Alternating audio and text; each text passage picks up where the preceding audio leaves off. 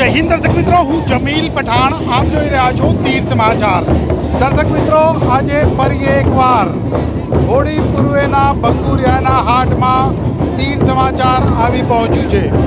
આજે શનિવાર છે અને હોળી પૂર્વેનો શનિવાર હોવાને લઈને છોટાઉદેપુરનો હાટ બંગુરિયાનો હાટ કહેવાય છે અને આજે બંગુરિયાનો હાટ ભરાયો છે। સવારમાં મોટી સંખ્યામાં પંથકના લોકો હાટમાં ખરીદી કરવા માટે આવ્યા હતા અને આજે બપોર પછી છોટાઉદેપુરની આસપાસના ગ્રામ્ય વિસ્તારમાંથી લોકો પોતાના પારંપરિક વસ્ત્રો ધારણ કરી ઢોલ નગારા પાવા ત્રાસા સાથે નાચ ગાન કરતા છોટાઉદેપુર નગરમાં આવ્યા છે।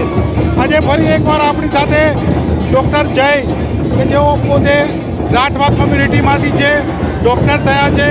ગયા વર્ષે પણ આપણે તેમની સાથે વાત કરી હતી, આ વખતે પણ તેમની સાથે વાત કરીશું। ડૉક્ટર જય, તીર સમાચારમાં આપનું સ્વાગત છે।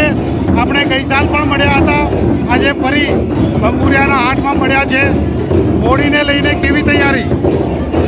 છોટાઉદેપુર જિલ્લો આદિવાસી બાહુલ્ય ધરાવતો જિલ્લો છે।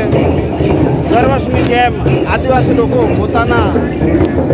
પોતાના વેશભૂષામાં છોટાઉદેપુર જિલ્લામાં પોતાના માદરે વતન આવીને આદિવાસી લોકો પોતાના પહેરવેશમાં આવીને હોળી પહેલાં અઠવાડિયાથી આ બંગુરિયાનો તહેવાર ઉજવાતો હોય છે। દર વર્ષની જેમ આ વર્ષે પણ આપણા આદિવાસી લોકો પોતાની વેશભૂષામાં આવીને ખૂબ જ હર્ષોલ્લાસ જેમ દિવાળીની તૈયારી કરે એમ આદિવાસી લોકો પોતાનો આ હોળીનો તહેવાર પૂર્વ તૈયારી કરી અને પોતાના વાજિંત્ર આદિવાસી વેશભૂષામાં આવીને ખૂબ જ હર્ષોલ્લાસથી ઉજવી રહ્યા છે। આદિવાસી સમાજના યુવાઓ અને આદિવાસી સમાજના લોકોને હોળીનો પર્વ ઉજવવા માટે શું સંદેશો પાઠવશો?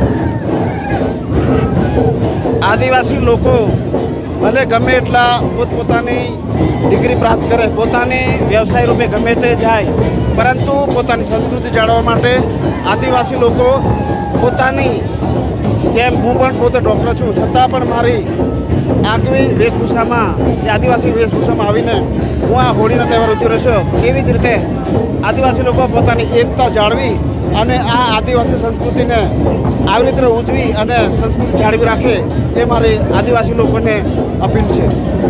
ધન્યવાદ ડૉક્ટર સાહેબ। તો આ હતા ડૉક્ટર જય કે જેઓ પોતે રાઠવા આદિવાસી સમાજમાંથી છે। તેમણે પોતાના સમાજને અપીલ કરી છે, સમાજના યુવાનોને અપીલ કરી છે કે હોળી એ આદિવાસી સમાજનો એક પારંપરિક પર્વ છે અને સાંસ્કૃતિક પર્વ છે। આખા વર્ષ દરમિયાન આદિવાસી સમાજના લોકો ગમે ત્યાં હોય, પરંતુ હોળીના સમયે તેઓ પોતાના માદરે વતન ફરતા હોય છે। ડૉક્ટર જયે તેમના સમાજના લોકોને અપીલ કરી છે કે તેમનો જે સાંસ્કૃતિક વારસો છે, તેમની જે પરંપરા છે તેને તે જાળવતા આ હોળી પર્વની ઉજવણી કરે। ધન્યવાદ।